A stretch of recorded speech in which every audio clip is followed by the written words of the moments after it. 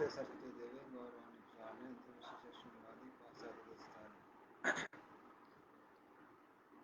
जय श्री कृष्ण चैतन्य प्रभु नित्यानंद श्री अद्वैत गदाधर श्रीवासादि गौर भक्तवृंद। हरे कृष्णा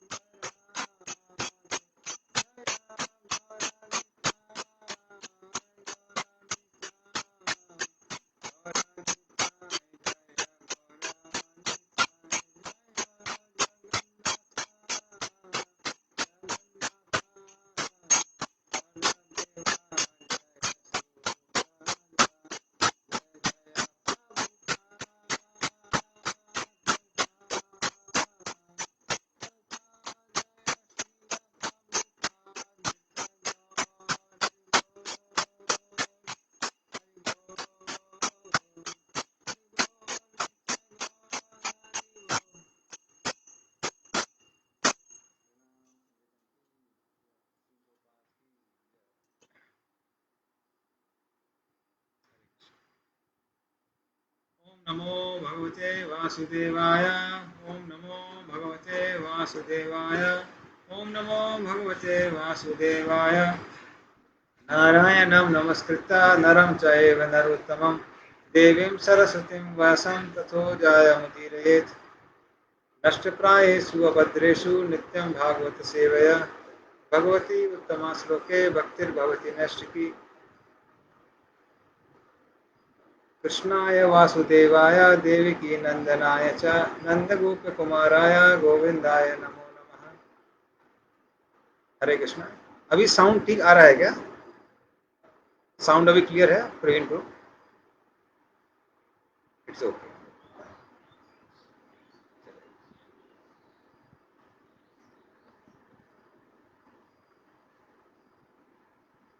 तो आज हम लोग जो कथा करेंगे उसका शीर्षक है कुंती महारानी की शिक्षाएं और परीक्षित महाराज का बचाया जाना, उनकी रक्षा होना। ये आज का शीर्षक है। जैसे कि हम पिछली क्लास में देख रहे थे कि नैमिषारण्य के जो भी संत हैं, 88,000 संत, वो परीक्षित महाराज के बारे में, बैकग्राउंड के बारे में जानना चाहते हैं। तो हम देखते हैं कैसे अश्वत्थामा, जिसने द्रौपदी के 5 पुत्रों की हत्या की थी, तो उसको पकड़ने के लिए अर्जुन जाते हैं। अश्वत्थामा डर के मारे ब्रह्मास्त्र का उपयोग करता है, किंतु उसको वापस नहीं ले पाता है। तो उसके बाद अर्जुन और कृष्ण उस पर आक्रमण करते हैं और अर्जुन अपना ब्रह्मास्त्र छोड़ता है कृष्ण के आदेश पर। और जब दोनों ब्रह्मास्त्र मिलके पूरी सृष्टि का विनाश करने लगते हैं, अर्जुन उसको वापस ले लेता है। और उसके बाद में हम देखते हैं कि कैसे अश्वत्थामा को घसीट के द्रौपदी के समक्ष लाया जाता है और द्रौपदी भक्त होने के कारण उसको क्षमा कर देती है और अश्वत्थामा फिर वहां से चला जाता है। और फिर हम देखते हैं कैसे पांडव, द्रौपदी, ये सब के सब कहाँ जाते हैं? अभी सब के सब गंगा के तट पे जाते हैं। उन लोगों का पिंडदान करने के लिए जो लोग महाभारत के युद्ध में मारे गए थे। और सारे के सारे पांडव लोग विलाप करने लगते हैं। कृष्ण और जितने वहां संत लोग थे वो उनको सांत्वना दे रहे थे। तो कृष्ण की कृपा से महाराज युधिष्ठिर को इसके बाद में पूरे संसार का सम्राट बनाया जाता है। और युधिष्ठिर महाराज बहुत सारे अश्वमेध यज्ञ करते हैं, लेकिन कुछ अश्वमेध यज्ञ करने के बाद ही उनकी ख्याति इंद्र से भी ज्यादा हो जाती है। तो ये है भक्त के लिए फायदा। युधिष्ठिर महाराज ने इंद्र जैसे यज्ञ नहीं किए, पर उनकी ख्याति इंद्र से भी ज्यादा बढ़ गई। उस तरह से हम देखते हैं कि अर्जुन से ज्यादा शक्तिशाली थे द्रोणाचार्य, भीष्म पितामह। लेकिन अर्जुन द्रोणाचार्य और भीष्म पितामह से भी ज्यादा विख्यात है, क्योंकि वो कौन है? भक्त है। तो उसी तरह से युधिष्ठिर महाराज की भी जो ख्याति थी वो इंद्र से भी ज्यादा बढ़ गई थी। और उसके बाद कृष्ण हस्तिनापुर को छोड़ के द्वारका की ओर प्रस्थान करने लगते हैं। जब वो द्वारका की ओर प्रस्थान करने लगते हैं तो अभिमन्यु की जो पत्नी थी उत्तरा, तो कृष्ण और सुभद्रा के पुत्र थे अभिमन्यु, जो अपनी वीरता के लिए जाने जाते हैं और जिन्होंने अपने प्राण पांडवों की ख्याति को बचाने के लिए बिछाए थे चक्रव्यूह को भेजकर महाभारत में। तो उनकी पत्नी थी उत्तरा, और अभी अभिमन्यु के जाने के बाद वो गर्भवती थी। उनके गर्भ में परीक्षित महाराज थे, जो कि अभिमन्यु और उत्तरा के पुत्र हैं। और उत्तरा उस समय डरी हुई कृष्ण के पास आती है, जब कृष्ण रथ पर बैठ चुके थे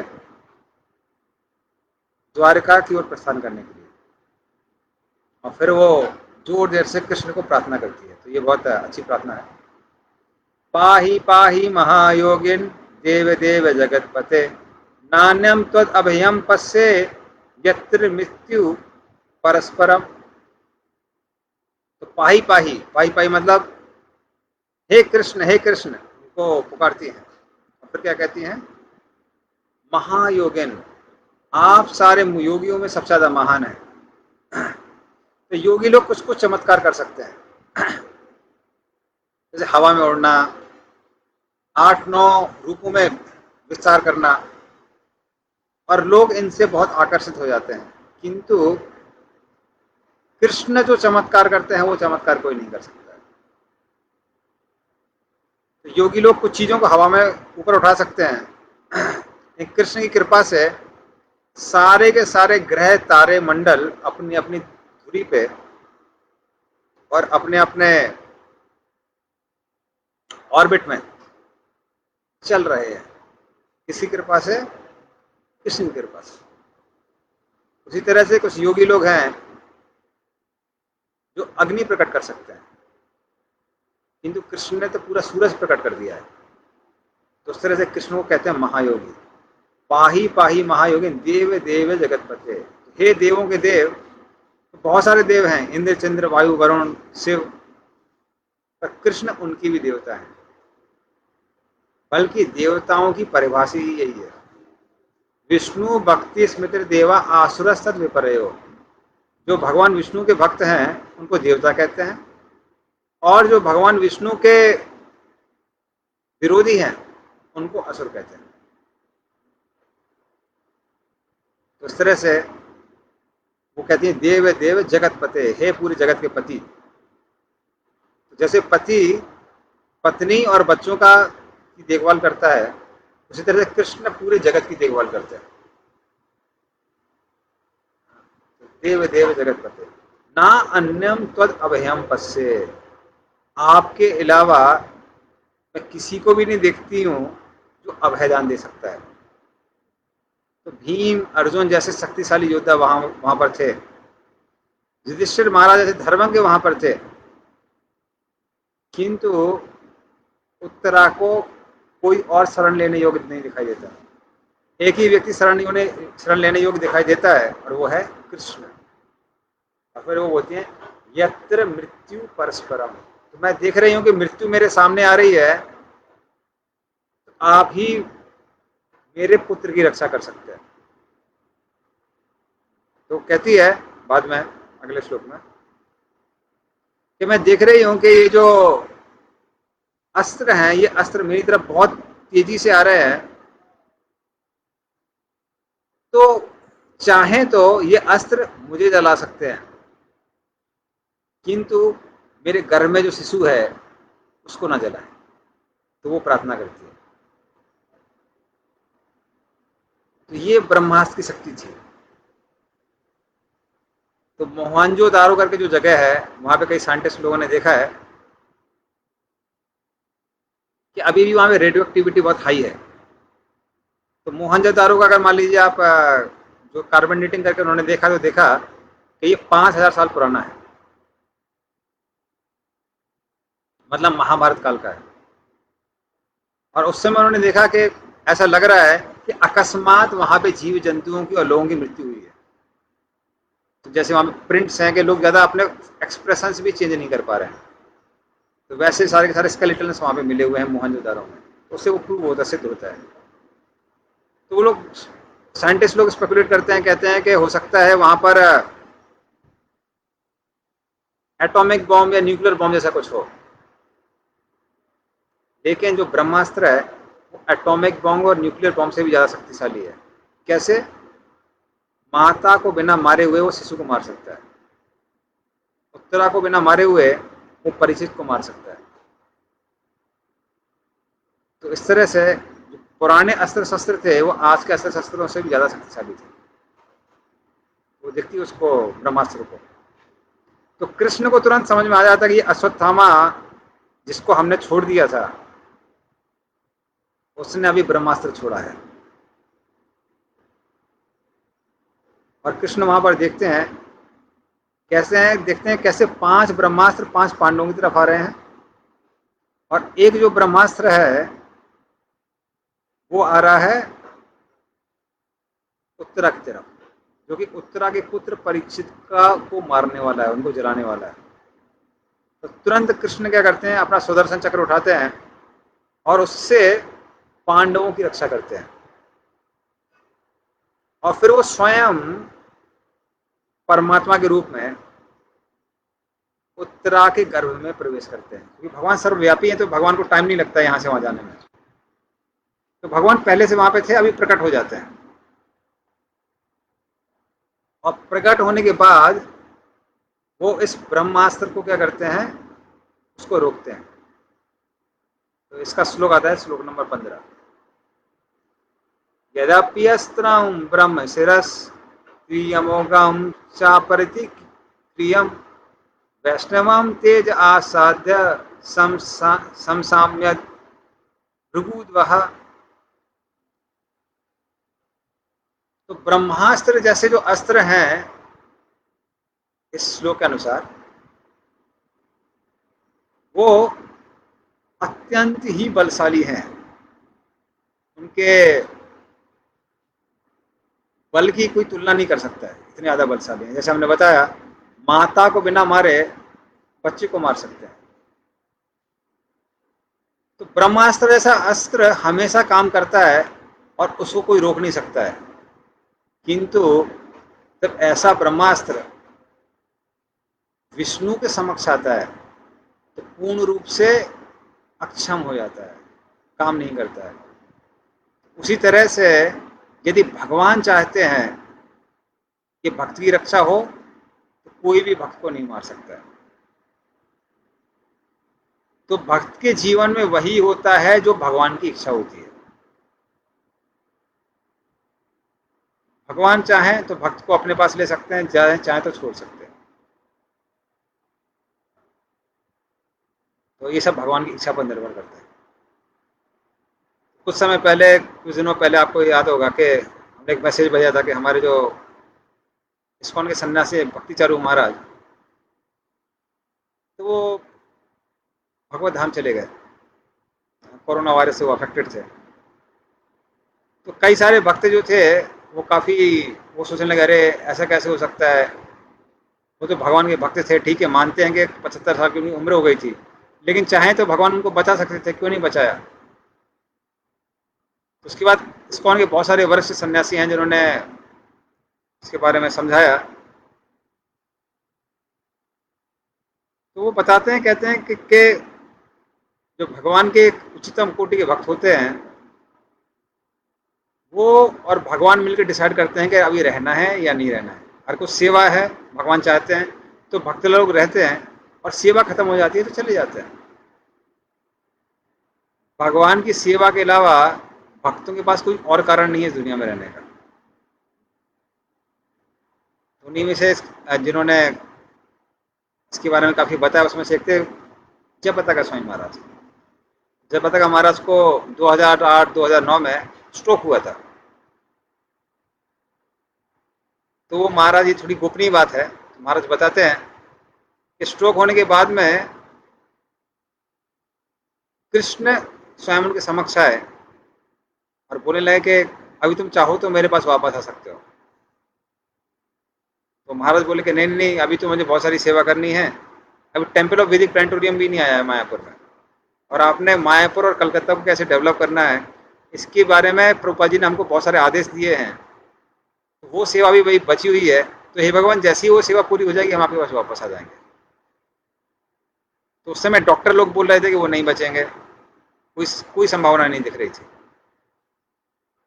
ज्योतिषी लोग बोल रहे थे कि इनकी उम्र पूरी हो चुकी है, 2008 के बाद में संभव नहीं है इनका जीना, किंतु फिर वो बच गए और अभी तक हम लोग के साथ में है, 11-12 साल हो गए। तो इस तरह से भक्त और भगवान दोनों के दोनों नियमों के परे हैं। खासकर जो भगवान के उच्चतम कोटि के भक्त होते हैं, तो वो साधारण नहीं होते, वो असाधारण होते हैं। तो इसलिए यहाँ पे उदाहरण किसका आता है, ब्रह्म से रस, ब्रह्मास्त्र का। तो ब्रह्मास्त्र जैसा अस्त्र जिसको कोई नहीं रोक सकता है, पर विष्णु के सामने कुछ भी नहीं बचता है, कुछ भी नहीं टिकता है। विष्णु भगवान चाहे तो कुछ भी कर सकते हैं। तो अगले श्लोक में बताते हैं, कहते हैं ये आश्चर्य वाली बात नहीं है कि भगवान अपनी दिव्य शक्ति द्वारा किसी अस्त्र को रोक सकते हैं। क्यों आश्चर्य वाली बात नहीं है? इसलिए आश्चर्य वाली बात नहीं है क्योंकि भगवान तो इतने सारे ब्रह्मांडों को बनाते हैं और मिटा देते हैं। इतने सारे लोग हर क्षण जन्म लेते हैं और हर क्षण मरते हैं।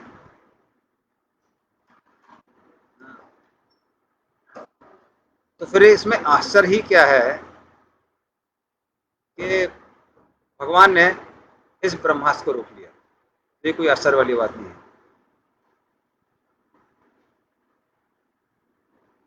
तो फिर कुंती देवी उसके बाद फिर जब परीक्षित महाराज बच जाते हैं तो कुंती देवी देखती हैं कि कृष्ण फिर से जा रहे हैं क्योंकि रक्षा का काम हो गया है। तो जब वो देखती हैं कृष्ण वापस जा रहे हैं तो बहुत भावुक हो जाती हैं और भावुक होने के बाद में कृष्ण को अलग अलग प्रार्थनाएं करती हैं, जो कि बहुत सुंदर प्रार्थना है। सारे भगवान के जो उच्च कोटि के भक्त हैं उन प्रार्थनाओं को एक रत्न की तरह देखते हैं। तो उसमें जो पहली प्रार्थना है वो ऐसी है, नमस्ते पुरुषंति आद्यम ईश्वरम प्रकृते परम अलक्षम सर्वभूतानाम अंतर्बहिरवस्थितम नमस्ते पुरुषम त्रि आद्यम। तो मैं नमस्कार करती हूँ किसको? आदि पुरुष को। आदि पुरुष, पुरुष मतलब ये तीन विष्णु। तो कृष्ण जो हैं वो तीन विष्णुओं के भी आदि हैं। सारे के सारे विष्णु जो तत्व हैं वो कृष्ण से ही निकले हैं। नरसम पुरुषम त्रि आद्यम ईश्वरम प्रकृति परम। आप इस भौतिक प्रकृति के परे हैं क्योंकि विध्वंस होने के बाद एक ही व्यक्ति बचता है। कौन? विष्णु। इस सृष्टि के निर्माण के पहले एक ही व्यक्ति था। कौन? विष्णु और कृष्ण। कृष्ण और विष्णु ये प्रकृति के परे हैं। अलक्षम सर्वभूतानाम अंतर बहिर अवस्थितम। तो ये भगवान की एक्सपर्टीज है। भगवान सबके हृदय में विद्यमान है और हर कण में विद्यमान है। इतना विद्यमान होने के बावजूद भी भगवान दिखाई नहीं देते हैं। अलक्ष्यम, कोई देख नहीं पाता उनको। इसको बोलते हैं एक्सपर्ट मैनेजर। एक्सपर्ट मैनेजर वो है, वो ऐसा मैनेजमेंट करता है कि वो ऐसा सिस्टम सेट करता है कि बिना उसकी उपस्थिति के चीजें अपने आप दौड़ती रहती है। जैसे प्रभुपाद जी ने ऐसी सोसाइटी बनाई कि प्रभुपाद जी के जाने के बाद भी सोसाइटी ऑटोमेटिकली फंक्शन कर रही है। बहुत सारी सोसाइटी में देखा गया है कि जब तक आचार्य रहता है सोसाइटी रहती है और जब आचार्य के जाने के बाद सोसाइटी खत्म हो जाती है। किंतु प्रभुपाद जी ने ऐसी सोसाइटी बनाई कि उनके जाने के बाद इस्कॉन बढ़ता ही जा रहा है, प्रचार बढ़ रहा है, बहुत ज़्यादा भक्त बढ़ते जा रहे हैं। उसी तरह से कृष्ण तो इतने एक्सपर्ट हैं, पूरे संसार में विद्यमान है, सब कुछ कर रहे हैं किंतु दिखाई नहीं देते हैं। अलक्षम सर्वभूतानाम अंतर्बहिरवस्थितम। इससे वो क्लियरली बताती हैं कुंती महारानी कि आप देखने में लग रहे हैं कि हम दोनों के बीच में बुआ और भतीजा का रिश्ता है। हमारे अंदर बुआ भतीजा का रिश्ता नहीं है। आप भगवान हैं और हम आपके साधारण से दास हैं। तो इस तरह से वो कृष्ण की पोजीशन को स्पष्ट करती हैं। और फिर वो आगे बोलती हैं, माया जवनिका छन्नम अज्ञादोक्षजव्ययम न लक्ष्य से मूढ़ दृशा नटो नाट्यो धरो यथा। तो बोलती है माया जब आच्छन्नम, आपने अपने आप को माया से ऐसे आच्छन्न किया हुआ है, ढका हुआ है। अज्ञा अदोक्षज अव्ययम, तो आप किसी भी इंद्रिय से देखे जाने वाले नहीं हैं। आपका शरीर सच्चिदानंद का बना हुआ है, लेकिन आप ऐसे ड्रेस करते हैं अपने आप को कि कोई पहचान नहीं पाता है। तो आप ऐसे दिखाते हैं जैसे साधारण व्यक्ति हैं, किंतु हमको पता है आप साधारण व्यक्ति नहीं हैं, आप भगवान स्वयं हैं। तो जैसे कोई एक्टर जब थिएटर में आता है तो पता नहीं चलता कौन है ये, अपना ओरिजिनल उसका दिखाई नहीं देता है। उसी तरह से आप भगवान है, पर दिखने में क्या लग रहा है कि एक यादव हैं, ग्वाल वाल हैं, दिखने में साधारण लग रहा है, पर साधारण नहीं है। तो वो बताते हैं। फिर वो बोलती हैं कि जो बड़े बड़े परमहंस हैं, तथा परमहंसा नाम नाम मलातम नाम, वो आपको समझ सकते हैं। मैं तो एक साधारण सी स्त्री हूं, मैं आपको कैसे जान सकती हूँ।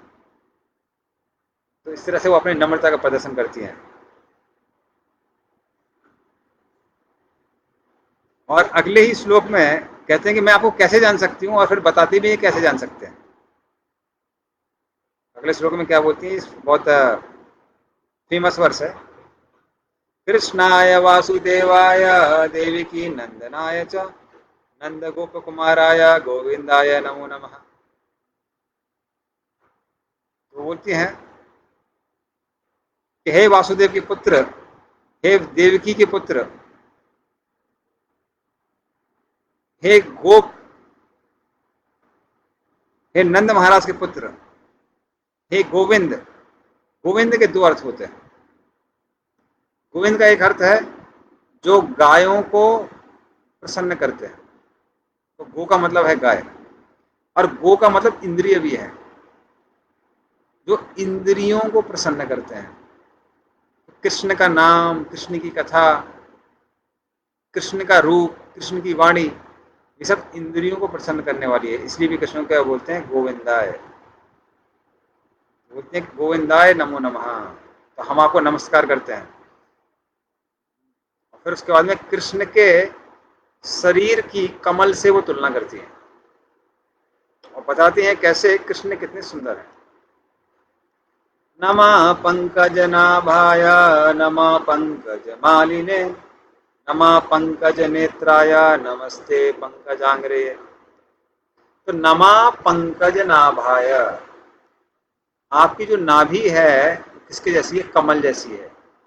और उसका दूसरा मीनिंग ये भी है कि आपकी नाभि में से ही वो कमल निकला है जिसके ऊपर ब्रह्मा जी उत्पन्न होते हैं और जिस कमल की डंडी में सारी सृष्टि समाती है। तो नमा पंकज नाभाया, नमा पंकज मालिने, और आप कमल की माला पहनते हैं।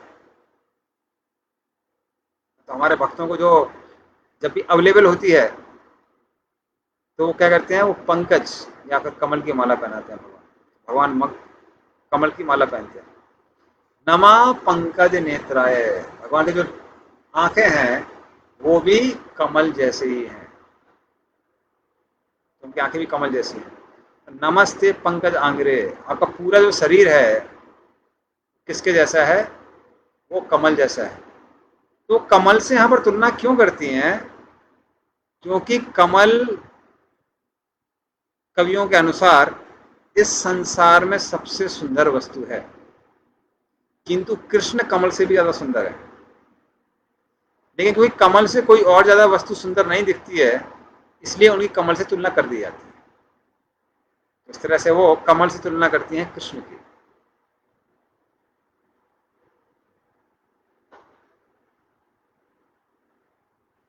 फिर वो उसके बाद में प्रशंसा करती हैं देवकी की, कि देवकी इतनी भाग्यवान है कि उनको आप पुत्र रूप में मिले हैं। फिर कहते हैं लेकिन मैं देवकी से ज्यादा भाग्यशाली हूँ। क्यों भाग्यशाली हूँ, क्योंकि जब देवकी कंस के कारागार में थी तो उनके 6 पुत्र मारे गए। साथ में हुए बलराम जी, जिनका गर्भ स्थानांतरित कर दिया गया, ट्रांसफर कर दिया गया देवकी के गर्भ से रोहिणी गर्भ में। 8वें हुए कृष्ण, पर आपने उनके 6 पुत्रों को नहीं बचाया। और जहां तक हमारे पुत्रों की बात आती है, आपने हमारे पुत्रों को हमेशा बचाया। तो किन किन चीजों से बचाया है, तो वो कुंती महारानी बताती है। तो ये आता है 24 नंबर श्लोक में बताती है। साद महाग्ने पुरुषाद दर्शनात् असत सभायां वनवास कृच्छता विदे विदे अनेक महा रथास्त्रतो द्रोणी अस्त्रस्य चास्म हरे अविरक्षितु, तो कहती हैं आपने हमारी रक्षा की है। किससे की है? पहला उदाहरण देती हैं, विषान, विष से रक्षा की है। तो जब भीम को विष दिया गया था तो उससे रक्षा किसने की? भीम की। आपने ही रक्षा की। तो अगर एक हिसाब से देखा जाए तो कृष्ण वहां पर कहीं थे नहीं। जब भीम को दुर्योधन ने भोजन में मिला के विष दिया था तो भीम को जब वो नदी में फेंकते हैं तो नदी में फेंकने के बाद वहां पे नागलोक में वो जाता है और सारे नाग मिलके उसका विष निकाल लेते हैं और फिर उसको अमृत देते हैं, जिसके कारण उसके अंदर 100 हाथियों का बल आ जाता है भीम के अंदर। एक हिसाब से देखा जाए तो वहां पर कृष्ण नहीं थे, पर कुंती महारानी को मालूम था कि ये रक्षा किसने की है? कृष्ण ने की है। फिर महाग्नि, महाग्नि वो कहां पे था? लाक्षागृह। तो जब कुंती और पांडवों को वारणावृत भेजा जाता है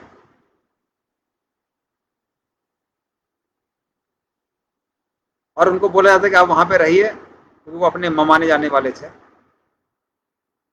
और वहां से विदुर जी एक साधारण भाषा में, कहते हैं कि कुछ कबीलों की भाषा थी, उसमें युधिष्ठिर महाराज को कुछ इंडिकेट करते हैं और युधिष्ठिर महाराज समझते हैं, विदुर समझते हैं, कोई और समझता नहीं है। तो वो जो घर था जिसमें पांडव लोग ठहरे हुए थे उसको बोलते हैं लक्षागृह, मतलब लाख का बना हुआ था। और जैसे ही उसमें आग लगाई जाती है फटाफट वो धू धू करके जलने लगता है। किंतु विदुर जी के इंडिकेशन से युधिष्ठिर महाराज को समझ में आ जाता है और विदुर जी वहां पे क्या करते हैं, गुफा भी बनाते हैं। तो उस गुफा के माध्यम से सारे के सारे पांडव वहां से बाहर से निकल के भाग भाग जाते हैं। तो उसमें देखा जाए तो कौन दिखाई पड़ रहा था? विदुर जी दिखाई दे रहे थे। लेकिन वहां पे भी उनकी महारानी क्या कहती हैं, ये सब आपके कारण संभव है। तो इस तरह से भक्त जो है वो हर जगह कृष्ण का हाथ देखता है। तीसरा हुआ हिडिम्बा। एक चक्र के पास में वो जो पहाड़ है जहां पर ये हिडिम्बा नाम का राक्षस रहा करता था। तो हिडिम्बा और हिडिम्बी दोनों भाई बहन थे। तो हिडिम्बा आके इनको खाने का प्रयास करता है, पांडवों को, पर भीम उनका वध करता है। तो वहां पे भी हम देखते हैं कृष्ण वहां दिख नहीं रहे थे, लेकिन कुंती महारानी को मालूम था किसने रक्षा की है, कृष्ण ने रक्षा की है। फिर असत सभायाम, असत सभा में तो खैर कृष्ण दिखाई दिए। जब द्रौपदी का चीरहरण हो रहा था, कृष्ण ने ही आके सारी जितनी इतनी लंबी साड़ी थी वो किसको दी? वो द्रौपदी को दी। और उसको असत सभा क्यों कहते हैं? वो सभा में जो भी लोग इस दृश्य को देख रहे थे सबके सब महाभारत के युद्ध में मारे गए,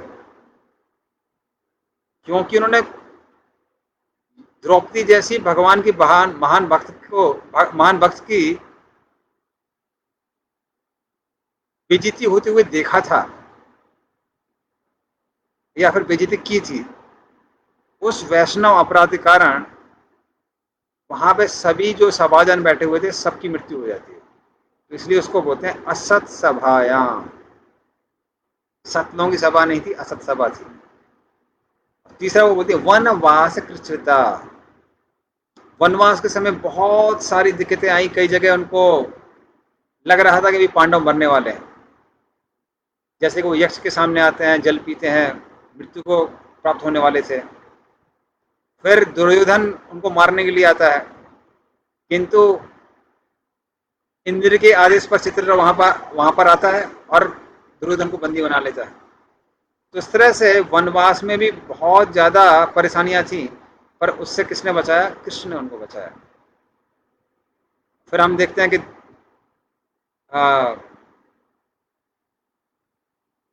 दुर्वासा मुनि के श्राप से भी बचाया था वनवास में। तो दुर्वासा मुनि जब दुर्योधन के पास में आते हैं हस्तिनापुर में, दुर्योधन पूरे भक्ति के साथ में उनकी सेवा करता है। दुर्वासा मुनि प्रसन्न हो जाते हैं। तो दुर्वासा मुनि शिव जी के अंश अवतार है। तो शिव जी को बोलते हैं आशुतोष, मतलब जो जल्दी प्रसन्न हो जाते हैं। तो इस तरह दुर्वासा मुनि भी जल्दी प्रसन्न हो जाते हैं, पर जल्दी गुस्सा भी हो जाते हैं। तो दुर्योधन ने बहुत अच्छे से उनकी सेवा की, और जब दुर्वासा मुनि प्रसन्न हो गए तो पूछने लगे तुमको क्या चाहिए। पर ईर्ष्या से भरे हुए दुर्योधन ने क्या बोला, तो चाहता तो बोल देता कि मुझे राज्य दे दो, राज्य मिल जाता।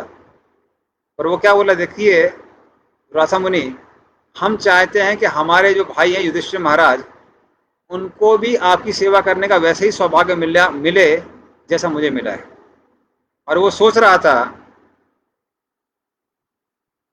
कि युधिष्ठिर महाराज तो वन में है, खुद के खाने के लाले पड़े होंगे,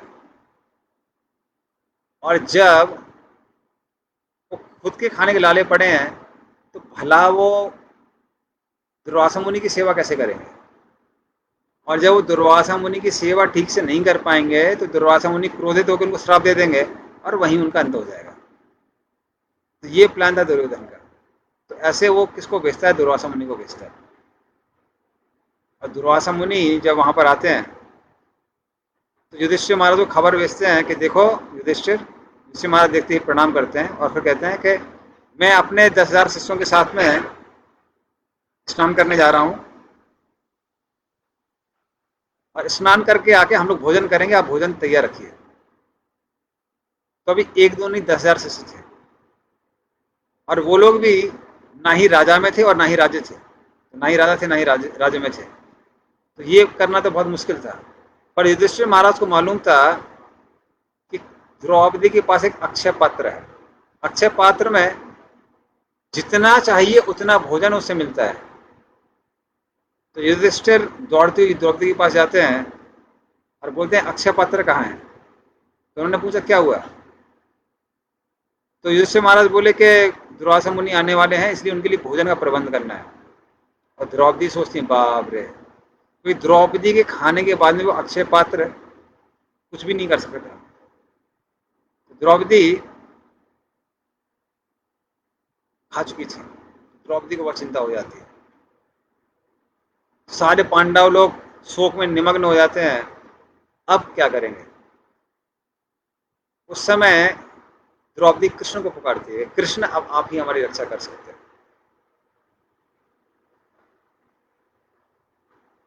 कृष्ण तुरंत वहां पे द्वारका से आते हैं, प्रकट होते हैं वहां पे। अब कृष्ण पूछने लगते हैं कि द्रौपदी मुझे बहुत भूख लगी, कुछ खाने के लिए है क्या।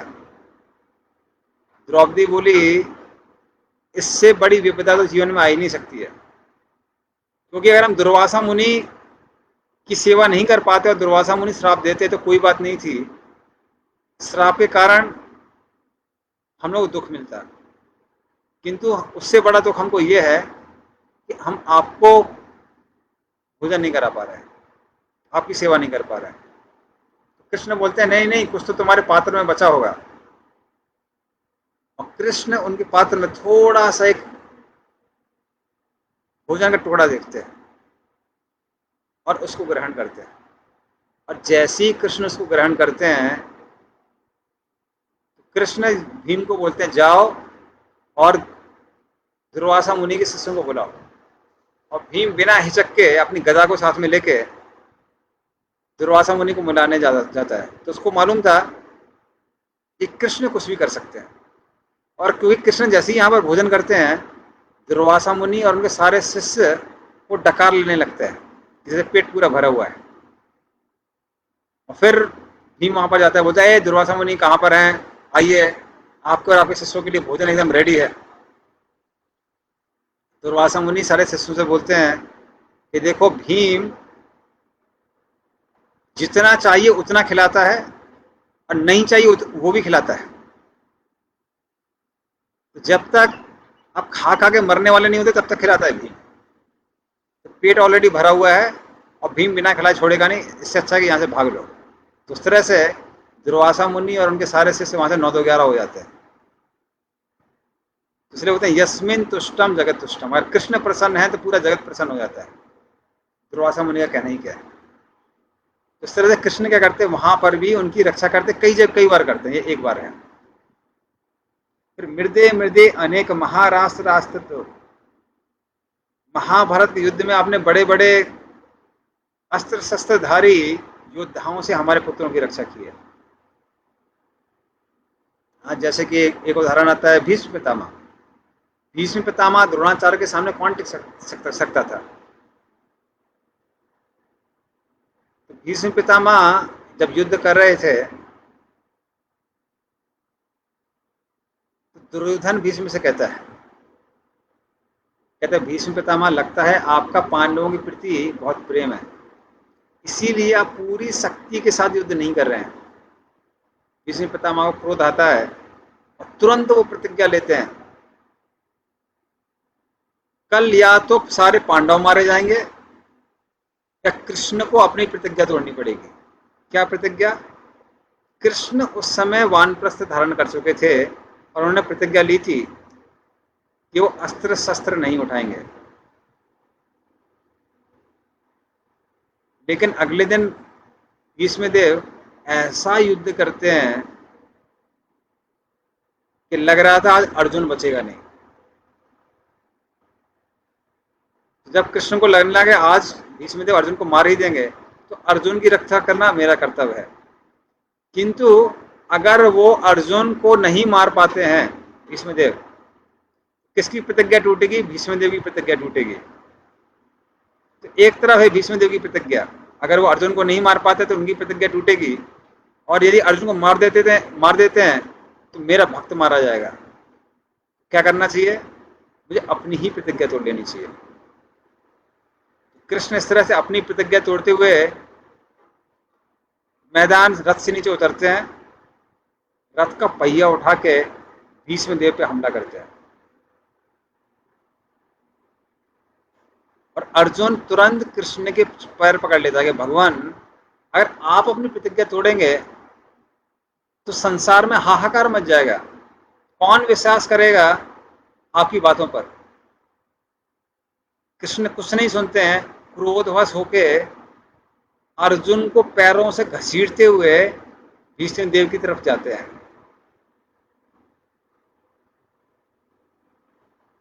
अर्जुन के घसीटने की वजह से वहां पर कुरुक्षेत्र की सुनहरी जो धूली थी वो हवा में उड़ती है, कृष्ण के चेहरे पे, मस्तक पे, पूरे शरीर में पहुंच जाती है और भीष्मदेव वहां से कृष्ण पर बाणों से हमला करते हैं। कृष्ण के शरीर में रक्त, माथे पर पसीने की बूंदें और लहलहाते हुए बाल दिखाई पड़ रहे थे। तो भीष्मदेव जब कृष्ण का ये मुखमंडल का दर्शन करते हैं तो वो संतुष्ट हो जाते हैं और उसी समय शंखनाद होता है और युद्ध को वहीं विराम दे दिया जाता है। तो एक कारण यह है कि भीष्मदेव वीर रस में है कृष्ण के साथ, कृष्ण को योद्धा के रूप में देखना चाहते हैं। हाँ, तो योद्धा जब अस्त्र शस्त्र का उपयोग कर रहा हो, वीरता का प्रदर्शन कर रहा हो, तब योद्धा अच्छा लगता है। वो सीन उनको दिखाई पड़ गया तो वो संतुष्ट हो गए। और कृष्ण ने भी एक हिसाब से अपनी प्रतिज्ञा नहीं तोड़ी, क्योंकि रथ का पहिया कोई अस्त्र शस्त्र कहलाता नहीं है। कृष्ण बहुत इंटेलिजेंट है। किंतु कृष्ण ने वहां पे अर्जुन की रक्षा की। तो इसको कौन बताते हैं? कुंती महारानी के द्रोणाचार्य और भीष्म जैसे बड़े बड़े योद्धाओं के होते हुए भी हमारे बच्चे पूर्ण रूप से सुरक्षित रहे। किसके कारण? आपके कारण। आपने रक्षा की उनकी। और द्रोणी अस्त्रतस, अभी जो द्रोणाचार्य का पुत्र है अश्वत्थामा, उसके ब्रह्मास्त्र से भी आपने ही रक्षा की है। इसलिए हे भगवान, मैं कुंती से देवकी से ज्यादा भाग्यशाली हूं। आपने उनके पुत्रों की रक्षा नहीं की माता होते हुए भी, लेकिन मेरे पुत्रों की रक्षा की। और अब वो बोलती है क्योंकि अभी हमारी रक्षा पूरी हो गई तो आप यहां से जा रहे हैं तो मत जाइए। इसलिए अगली जो है अगला श्लोक बोलते हैं, विविधा संतु ता शाश्वत तत्र तत्र जगत गुरु भवतो दर्शनम यत्सात अपुनर्भव दर्शनम। तो कहती हैं विविधा संतुता शाश्वत, शाश्वत मतलब परमानेंट। इस तरह से हमारे जीवन में यदि हमेशा विविधाएं आती रहें तो अच्छा होगा। क्यों होगा? क्योंकि हे जगत गुरु, जब जब हमारे जीवन में विपदाएं आई हैं, आप हमारे साथ रहे हैं, और विपदाएं खत्म होती हैं तो आप चले जाते हैं। लेकिन हम चाहते हैं कि आप हमेशा हमारे साथ रहें, और यदि विपदा के कारण ही आप हमेशा हमेशा हमारे हमारे साथ रहने वाले हैं, तो विपदाएं में बार बार आए तो कितना अच्छा होगा, क्योंकि बार बार विपदाएं आएंगी और बार बार आप हमारे साथ रहेंगे।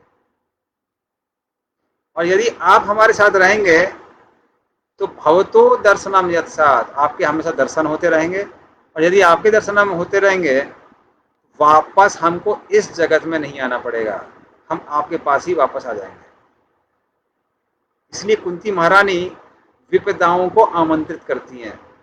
साधारण लोग भगवान के पास जाते हैं विपदाओं से दूर रहने के लिए, भगवान इससे बचा लो, उससे बचा लो। जब जीवन में समस्याएं आती हैं तब भगवान को याद करते हैं, जब दुख आते हैं तब राम को याद करते हैं। लेकिन ये क्या कर रही हैं, ये विपदाओं को आमंत्रित कर रही हैं कि विपदाएं यहां पर आएंगी तो कितना अच्छा होगा। तो इसलिए कुंती महारानी को रूपा जी पूरे संसार की सबसे बुद्धिमान स्त्री कहते हैं।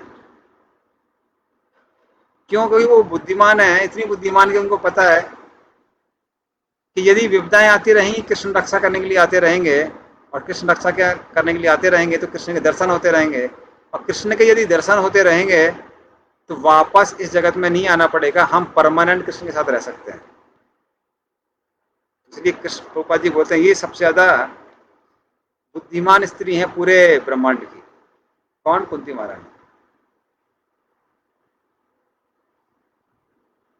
और फिर वो बताती हैं कि कौन व्यक्ति है जो कृष्ण के पास आ सकता है, निकट आ सकता है। जन्मैश्वर श्रुति शिवीर मान मदापुमान नैवारति अविता तुम वे ताम किंचन गोचराम। तो वो कहती हैं कि जो व्यक्ति जिसका ऊंचे कुल में जन्म हुआ है, ब्राह्मण आदि परिवार में, और जिसको बड़ा अभिमान है कि हमारा इतने ऊंचे कुल में जन्म हुआ है, ऐश्वर्य, हाँ, जिसको बहुत सारी शक्तियां हैं, जिसके पास कोई आईएएस ऑफिसर, आईपीएस या फिर बड़े नेता का पुत्र है, श्री, हाँ, श्रुत, श्रुत का मतलब है जो बहुत पढ़ा लिखा है, उसको अपने पढ़ी लिखाई के बहुत अभिमान है, या श्री जिसको धन का बहुत अभिमान है। तो ऐसे व्यक्ति एदमान मदउपान, तो ऐसे लोगों को यदि अभी इन चीजों का अभिमान है, तो ये चीजें होने में कुछ गड़बड़ नहीं है, किंतु इन चीजों का यदि किसी को अभिमान हो जाता है तो क्या होता है, उस अभिमान के कारण व्यक्ति हृदय से कृष्ण को पुकार नहीं सकता है। तो नैव अर्हति अभितातुम वे, जिनको इसका अभिमान है वो हृदय से कृष्ण को पुकार नहीं सकता है, और जो कृष्ण को हृदय से पुकार नहीं सकते वो कृष्ण को प्राप्त नहीं कर सकता है। इसलिए वो बोलते त्वाम अकिंचन गोचराम, जिनको लगता है कि कोई भी प्रॉपर्टी, कोई भी धन, कोई भी ऐश्वर्य ये मेरा नहीं है, सब कुछ इसका कृष्ण का है और मैं एक भिखारी हूं, तो जो उस भिखारी के भाव से जाके कृष्ण से भिक्षा मांगता है, वो व्यक्ति कृष्ण को प्राप्त कर पाता है। जिसके अंदर वो दैन्य भाव नहीं है कि कृष्ण सबके स्वामी है और हम भिखारी हैं, तो वो व्यक्ति हृदय से कृष्ण को नहीं पुकार सकता है, और जो कृष्ण को हृदय से पुकार नहीं सकता है वो कृष्ण को प्राप्त नहीं कर सकता। तो इस तरह से कुंती महारानी कृष्ण को प्रार्थना करती है। और फिर वो बोलती है अगले श्लोक में, कौन प्राप्त कर सकता है? जो आपके अकिंचन भक्त है। नमो अकिंचन वित्ताय, तो जिनके पास भौतिक कुछ भी नहीं है, या फिर भौतिक रूप से कुछ भी होने का अभिमान नहीं है, किसी भी भौतिक वस्तु का अभिमान नहीं है। निवृत्त गुणद्वित्त, ये जो भी तीन गुणों से धन मिलने वाला जो उनके पास नहीं है, जो आत्माराम है, जो आपकी भक्ति से प्रसन्न है, जो शांत है, ऐसे व्यक्ति आपको हृदय से पुकार सकते हैं और आपको हृदय से पुकारने के कारण आपको प्राप्त कर सकते हैं। अन्य किसी कोई भी व्यक्ति आपको प्राप्त नहीं कर सकता है।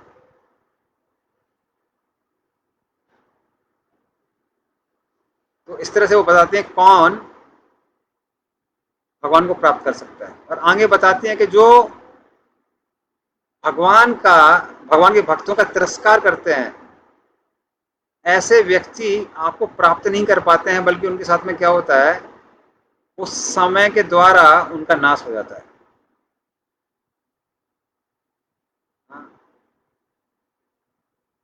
और वो आपको नहीं समझ सकते हैं, आपकी लीलाओं को नहीं समझ सकते हैं। वो क्या क्या नहीं समझ सकते हैं, वो 30 नंबर श्लोक में वो बताते हैं।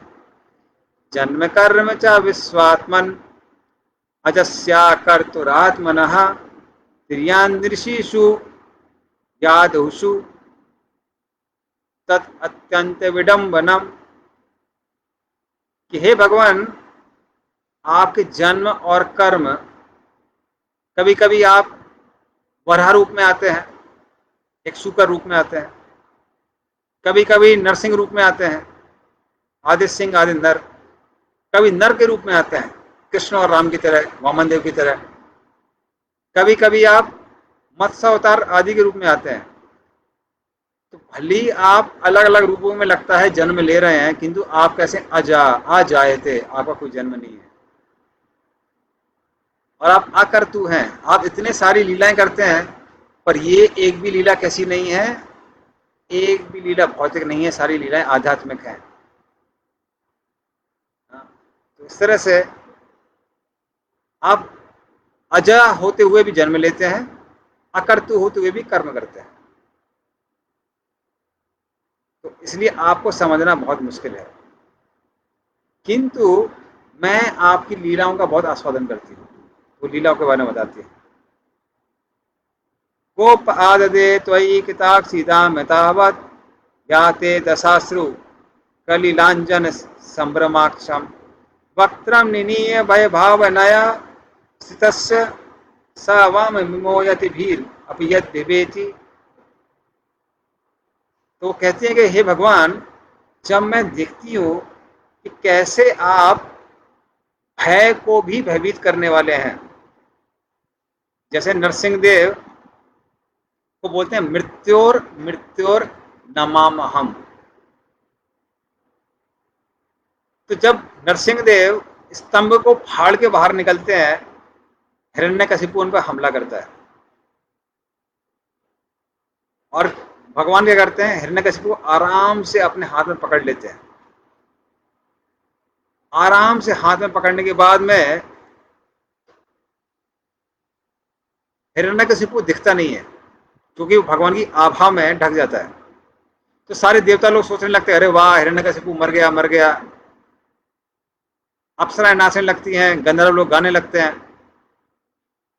और जैसे जब वो ऐसे गा रहे थे, नाच रहे थे, नरसिंह देव की लीला करते हैं। क्या लीला करते हैं, हाथ में से हिरण्यकशिपु को छोड़ देते हैं। जब वो हिरण्यकशिपु को छोड़ते हैं और हिरण्यकशिपु सुनता है कि यहाँ तो गाना नाचना चल रहा है, तो उसको समझ में आता है कि मेरे मरने पे गा रहे हैं, नाच रहे हैं। तो हिरण्यकशिपु तुरंत ऊपर की ओर देखता है, और जैसे ही वो ऊपर की ओर देखता है, सारे देवी देवता डर के मारे बादलों के पीछे छुप जाते हैं। तो वो सब के सब हिरण्यकशिपु को एक मृत्यु की तरह देखते थे। और फिर हिरण्यकशिपु सोचता है कि ये क्या नरसिंह देव सोच रहे हैं, ये सोच रहे हैं हमको मारेंगे। इनको पता नहीं है कि हमको कोई मार नहीं सकता। तो तुरंत अपनी तलवार निकालता है और ढाल निकालता है और भगवान पर हमला करता है। लेकिन जब नरसिंह देव देखते हैं कि हिरण्यकशिपु आ रहा है, तो जोर जोर से हंसते हैं, उसको बोलते हैं अट्टहास, हा हा हा हा, यूं करके हंसते हैं। और जब वो हंसते हैं तो डर के मारे जितनी भी सिंगिनी थी उनका गर्भपात हो जाता है। सारे के सारे हाथी अपने पूंछ को पैरों के बीच में रख के दो पैरों पे उचकते हुए झाड़ी में छिप जाते हैं, और हिरण्यकशिपु भी अपनी आंख बंद कर लेता है, और फिर वो आंख बंद करके ही तलवार ढाल लेके भगवान पर हमला करता है। और हम अंत में देखते हैं भगवान कैसे उसको के साथ थोड़ी देर खेलते हैं और फिर उसको वध कर देते हैं। इसलिए भगवान नरसिंह देव को बोलते हैं मृत्योर नमामि हम। हिरण्यकशिपु जो सबकी मृत्यु थी, उसकी भी मृत्यु थी कौन है? भगवान नरसिंह देव। पर ऐसे भगवान जो काल को भी भयभीत करते हैं, वो किससे भयभीत होते हैं? यशोदा मैया जब अपना डंडा दिखाती हैं उससे भयभीत होते हैं। तो कुंती महारानी यहाँ कहती हैं, वो जो आपकी लीला थी वो आज तक मुझे क्या करती है?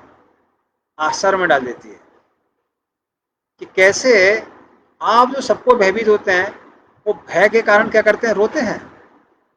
ऐसा कैसे संभव हो सकता है? उसको वो बड़ा घोर आश्चर्य समझती हैं। बल्कि कृष्ण को बांधने के बाद में बलराम जी वहां पर आते हैं और दाऊ जी आके बोलते हैं, बताइए कृष्ण तुमको किसने बांधा? कृष्ण बोलते हैं कि मैया ने बांधा है। तो दाऊ जी जाते हैं मैया के पास, यशोदा के पास, कहते हैं मैया, कन्हैया को किसने बांधा? मैया बोलती मैंने बांधा। बोले क्यों बांधा? बोले अरे माखन चोरी करेगा तो बांधेंगे ना। दाऊ जी बोले तुमको पता है वो कौन है? मैया पूछे नहीं कौन है? तो दाऊ जी बोले वो परम पुरुषोत्तम भगवान है। और मैया पूछ रही तुम कौन हो? तो दाऊ जी कहते हैं मैं उनका पहला विस्तार हूं। तो मैया कहती हैं सारे अवतारों ने मेरे घर में रहने का ठेका लगा के रखा हुआ है क्या? सारे देवतागण, सारे अवतार लोग मेरे घर में प्रकट होने वाले हैं क्या? ज्यादा बकबक किया तो तुमको भी पकड़ के वहीं बांध दूंगी उसी उखल से।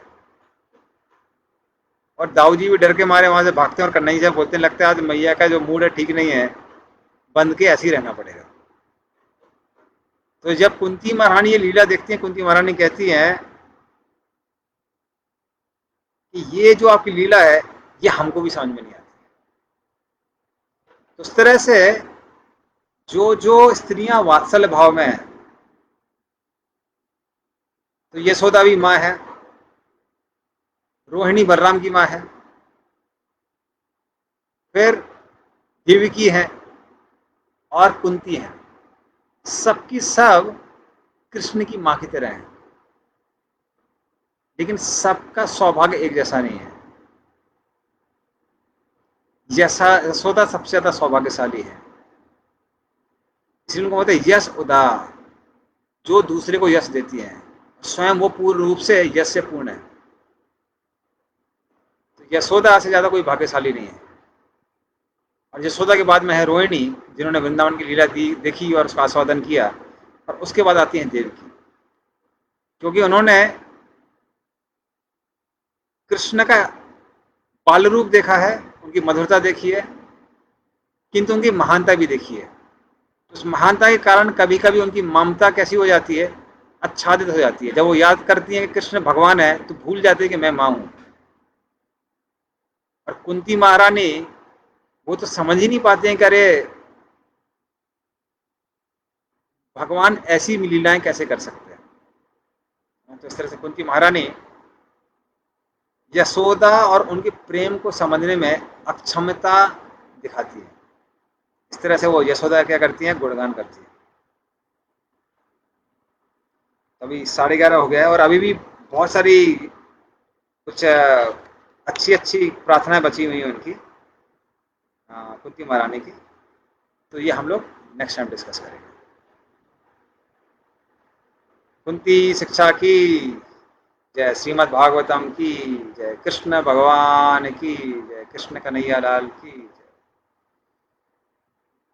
तो 12 तारीख को जन्माष्टमी मनाई जा रही है इस्कॉन मंदिर में। तो आप लोग आ तो नहीं सकते हैं, किंतु हम आपको लिंक भेजेंगे जिसके द्वारा आप लोग जो हमारे गौशाला में जो भी प्रोग्राम हो रहा है उस प्रोग्राम को आप इंटरनेट के द्वारा देख सकते हैं। श्रील गोपाल की